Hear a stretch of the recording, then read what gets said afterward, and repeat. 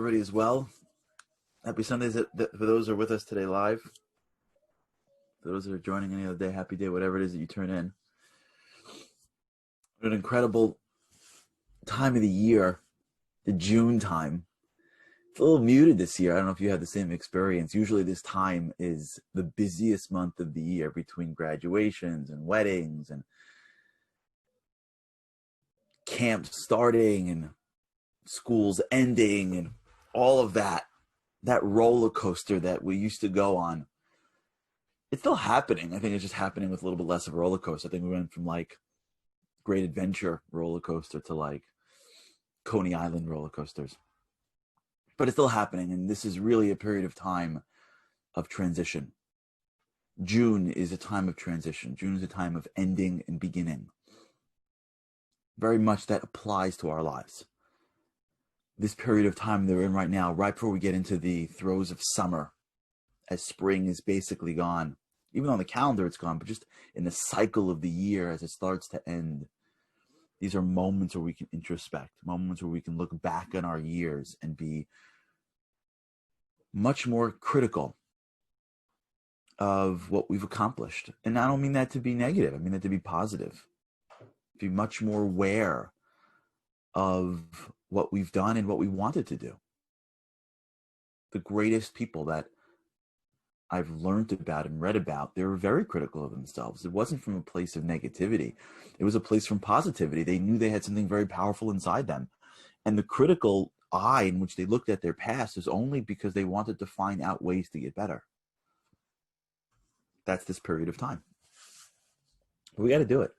We got to do it. We got to look back at the year, the calendar year, as it starts to come to its close. Even though in many cases the year goes until December, at least the secular year, the Jewish year goes until Rosh Hashanah, but the school year, the year that a lot of the calendars are based off of, the year that a lot of us have been habituated around, is coming to an end. And this is the moment we look back and ask ourselves really difficult questions.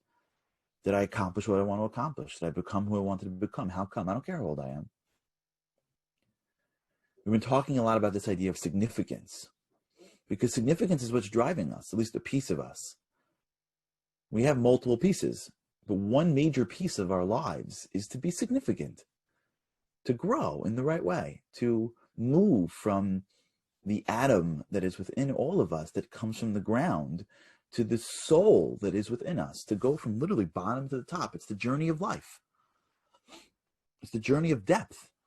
It doesn't happen when you accumulate, but we have some momentum inside us saying, come on, the world evolves for a reason.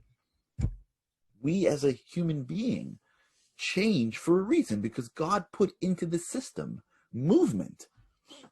That's why movement feels good. That could be why movement feels good. Sure, it feels good for a lot of reasons. That's why when the babies like to rock, that's because they were in their mother's stomachs and they rock. But we feel movement.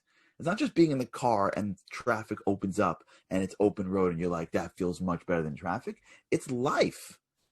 We feel good when we're moving in life. We feel good when we're accomplishing in life. It comes from this psychological need of significance, from mastery, from competence, from being successful in the world that we're in. One of the greatest challenges is doing the same thing every day your whole life and trying to feel motivated in it. So we have this quest of significance. We usually would, now since our brains are neuroplastic, like we discussed, we're trying to figure out, well, how do I become significant? So if we're not going to be deliberate in our thinking, if we're going to be reactive in our thinking, we're just going to let society tell us. So one day it's this, and the next day it's that, and then it's this, and then it's that. And if you're in this group, it's this. If you're in this family, it's that. If you grew up in one area, it's this. If you grew up in an area a couple of states over, it's that. This country is this, that country is that. Wherever you go, somebody else is telling you how to become significant, and you can very easily live your life and pursue the significance of somebody else. Pursue society symbols. To either get them, to either not get them and think the reason why I don't feel like I'm more is because I didn't get the symbol, or to get them and say, oh, this was it? Wait, I thought I was supposed to feel something now. How come I don't feel anything? Or I don't feel like what I thought I was supposed to feel? Or how come the feeling has gone away a month afterwards? Why does somebody pursue a Super Bowl more than once? Because when they get there, they're like, oh, that was it? I didn't know this was going to be temporary. I got to do this again. Here's the problem. We're not feeding the right piece of ourselves. The piece that wants significance isn't our body. Our body doesn't want to be significant. Our body wants to be comfortable. The part of our self that is connected to our body desires comfort. It doesn't desire significance. It's happy sitting on the couch, eating whatever you give it, sleeping as much as possible, and watching all day. That ambition, that desire, that need for life movement doesn't come from the body. So if you're going to feed it with body things, it's never going to happen. So therefore, when we think about what we're feeding ourselves, I don't mean physically, I mean in our lives, we have to ask ourselves, well, why am I eating this for? Is this going to fully satisfy me? It'll happen when you're sitting at your table. Am the food in front of me going to fully satisfy me? Or is it going to make me feel good for a few minutes? So the way our body works, now this is a spiritual concept. This isn't like a physical body, right? These are spiritual ideas. There's a piece, so to speak, of our soul that's connected to our bodies. There's a piece, there's spirituality in our bodies. So whenever we're involved in something that contains our need to bring it into our lives, to accumulate, when the arrows of life point in this direction, you can almost always determine it to be a bodily or a selfish or physical need. Physicality, the material world, wins when you have more. And if it's more stuff, or if it's more attention, or if it's more eyeballs at you, or if it's more symbols, when we live our lives in the pursuit of more, for me, we are living our lives in the pursuit of the physical world, of our animalistic tendencies, because we're trying to win in a world that you can measure. We're trying to live in a world where I am the center of it. Me being the center of it comes from a piece of myself that comes from the lower version of myself. I was created in this world, and in the need for my feeling significant, the initial sensory, more material approach to that centers around the aggrandizement of myself. The more it is about me, the more I am feeding the lower versions of myself. And we could do that in a lot of different ways. We can do this with material things. We can do this with attention. We can do this with straight up arrogance. We can do this through so many different ways. We can do it through pity. We could do it through complaining. We can sit around the relationship, and most of it is about reminding the other person how much we do for them. We can do this a lot. And the essence of it is that the center of these activities is myself. I am looking to succeed. I am looking to win. I am looking to have the most. If I walk into a room and people aren't talking to me, I feel off, because when I walk in, I should be the center. Whenever we are in a situation of I, it is almost proof in the pudding that what we're doing is searching for counterfeit significance. Because the essence of a soul is that it comes from a piece of something more than itself. The essence of who we are spiritually is the recognition that whatever I have in this world pales in comparison to who I am, which is a piece of the divine. So by definition, A soul feels more comfortable connected to something more than itself. A body feels more comfortable being in the center. A body feels more comfortable having everybody look at it. A soul feels more comfortable being a part of something more, because that's who it is. By definition, a soul is something, part of something more. By definition of what a soul is, being a piece, a part, a ray of the ultimate divine energy, means the origins of the soul is it belongs to something bigger. It's that person who's traveling around the world and knows that his true home is in his house. And as great as the stage may be that he stands on, or that she stands on, as beautiful as the hotel may be that they stay at, they can go to the most gorgeous 5-star resort. But at the end of the day, what they're hoping for, what they're craving for, is to be in their own bed. They can be sitting at the most beautiful restaurant, but what they want is home cooking. It's because that person comes from their home. And as fancy and as glitzy as the world is, what they crave, I don't know why everything's beeping in my house today. This whole office is beeping, so I'm sorry. I gotta like hit mute in my office, like just mute. What we're craving is to go home. What a soul is craving more than anything in the world is to be connected to more. That feeling of being connected to more. That's why, and remember, the spirituality in every level of life, right? Even if you go down to the bottom of spirituality, okay? Everywhere you go, there's an up and a down. Everything in the world has a plus and a minus. So there's spiritual and physical. That's why someone will pay $150 for a ticket in the nosebleed section of some stadium, that where the beer costs too much money, the bathroom is disgusting, and they will sit freezing cold outside. You know why? Because they love sports, and when they experience it, they would rather experience as one small little piece of a sea of fans than to experience it in their home as the man, as the person. They only one in their room. The master of the domain. They got their own bathroom. They got all the beer they want. They got 17 angles. They can control the temperature, but they're alone. And even at the lowest level, what they're sensing is, I would so much rather be a small piece of something greater than be a large piece of something myself. That fear of being alone that kids have, which is why they want you to lay with them in bed. That sense of not being connected to something hits us at a very deep place. That's why, unfortunately, you see people when they're young, they're part of things like that. They are part of teams. You see this with soldiers. They're part of units.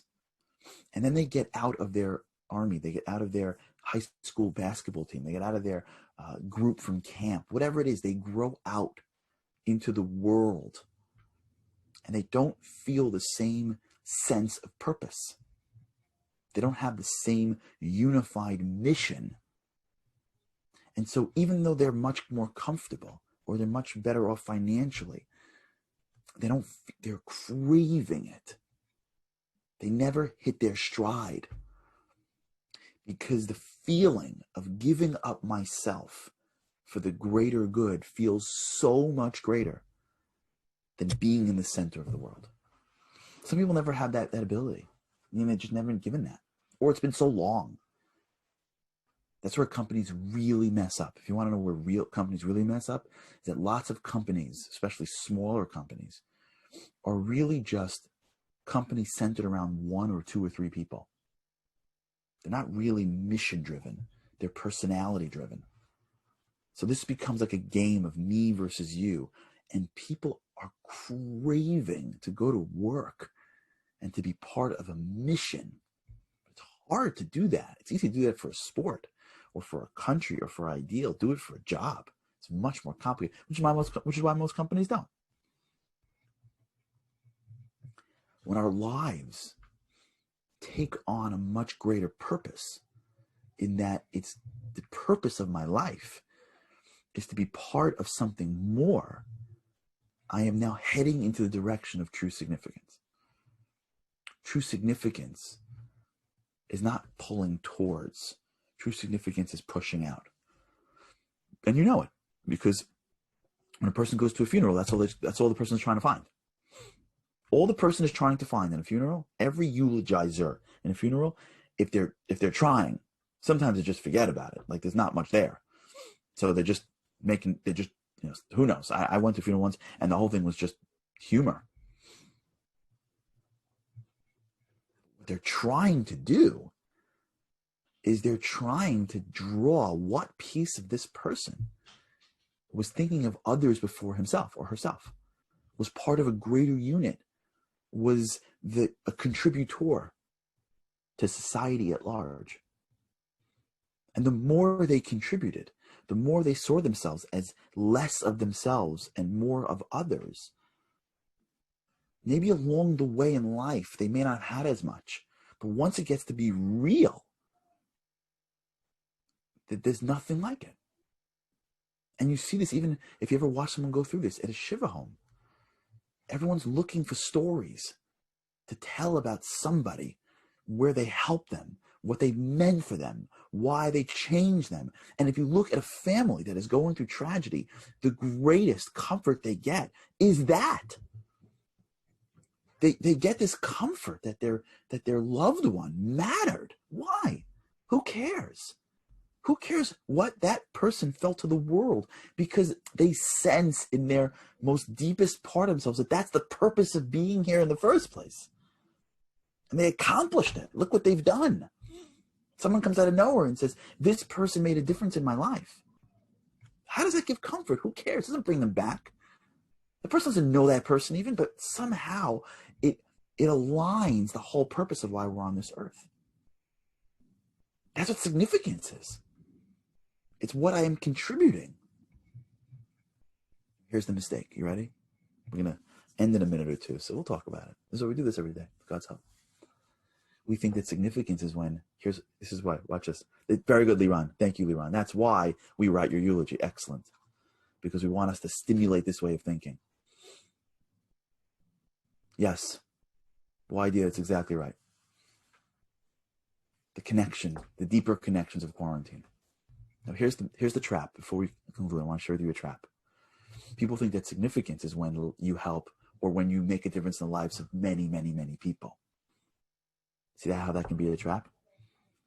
Because if you need to make a difference in the life of many people, then what's really happening is you're being driven by giving, or are you being driven by taking? This is complicated. We're going to have to really bring out these wires. You see, at its core,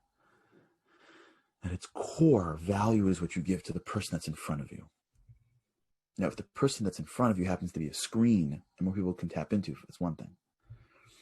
But if what we're trying to do initially is, if we spend too much time trying to change too many people, it could be that what we're really trying to do is make ourselves feel important. And that could be taking. It could be better taking than just taking some of that out of the pocket. That's much better taking than someone walking into a company and just randomly firing a bunch of people so they put more money into their pocket and buy a yacht. But there's still an element of taking. If every time I give, I'm thinking, oh, what does that mean for people? What's the impact? Because at the core of it, and we're going to have to pick this up tomorrow, the real essence of value that we give really is what I am doing to the person that is right in front of me. How I treat, how I interact with the thing, the person, the child, the spouse, the lady or man behind the counter, how I treat the people around me. That's the beginning of where significance lies, regardless of who else knows, regardless of the impact is going to be worldwide. Most of life is really what is right in front of us. And when the mentality is, how are they servicing me?